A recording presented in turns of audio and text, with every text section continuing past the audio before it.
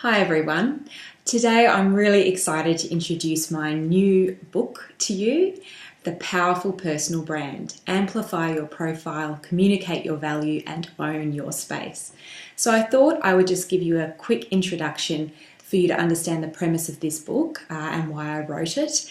And then I'll take you through the content so you have a bit of an idea of what to expect.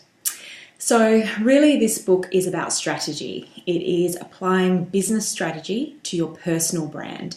That is really my point of difference in how I work with personal branding.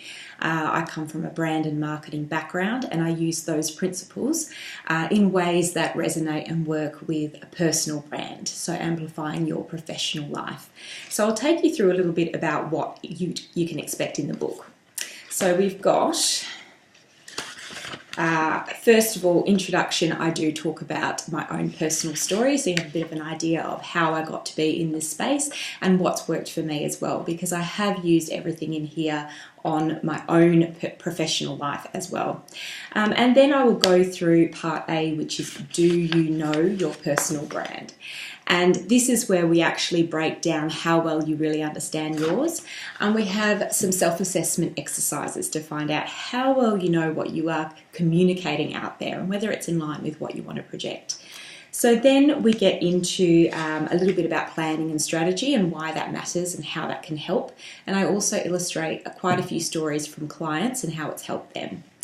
And then I also touch on why it's really important to be yourself, be authentic, because personal branding is not about being someone that you're not, but it's about highlighting your best self. So then we get into the real part, which is the strategic plan. So in chapter 4, I go through your personal brand goals, because you need to start with goals in order to understand what the best plan for you is.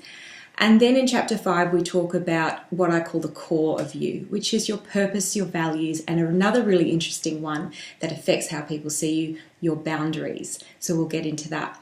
In chapter 6, I talk about what I like to call your superpower, so identifying your key strengths, which is a really interesting one that we delve deeply into. And it's really important for you to understand and appreciate them, as well as to be able to communicate them clearly to others when you need to. In chapter 7, we actually get into structuring and writing your personal brand profile. And a personal brand profile is like a brand profile or brand statement about a business, except it's about who you are as a professional.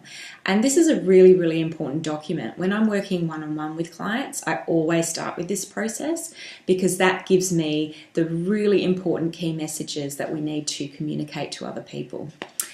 And then in chapter 8, I go through a couple of important areas that help you to build your thought leadership, and that includes how you position yourself. So for example, in a bio or when you're introducing yourself. And the other piece is, of course, content, using content to build your thought leadership and how that might work for you if you're not a writer as well. So then in chapter 9, we go through how to build your audience and to stay top of mind with them as well. So build your networks, build the right target market or target audience in front of you, and then how to really connect with them and be remembered by them when needed. And I use 2 tools here that it's no secret. I talk about them all the time, particularly in workshops and keynote presentations. And they are LinkedIn and networking. And don't groan when you hear networking, because as you'll discover, there are lots of different activities that make up networking, and it's about finding the ones that are right for you. So then in chapter 10, this is where we really get into business processes if you want to take your personal brand that far. If you really want to elevate it quickly, it is a personal brand or personal marketing plan. So I apply the kinds of marketing principles and planning tools that you would use in a business, and then show you how you can use those simply in ways that you can create a few activities every week or every fortnight to help you to market your messages.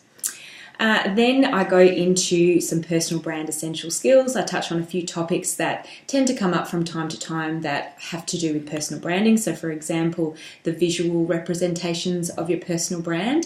As some of you know, I used to be a photographer, so I touch on the importance of good profile photos as well.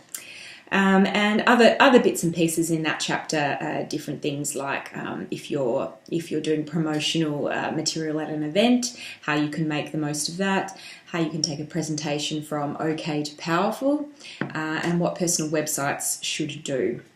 And then finally, I finish in chapter 12 with a reflection on how your personal brand must always keep evolving and something that you reflect on, and it changes and serves you over time.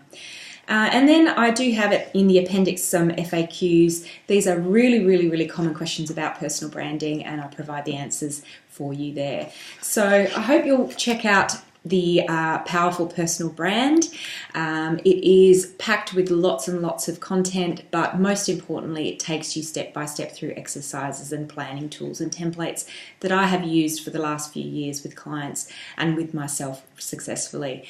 If you have any questions about how to apply this in your own life, or about the book, or if you'd like to apply it in a team environment, I'd love you to get in touch. Thanks. See you soon. Bye.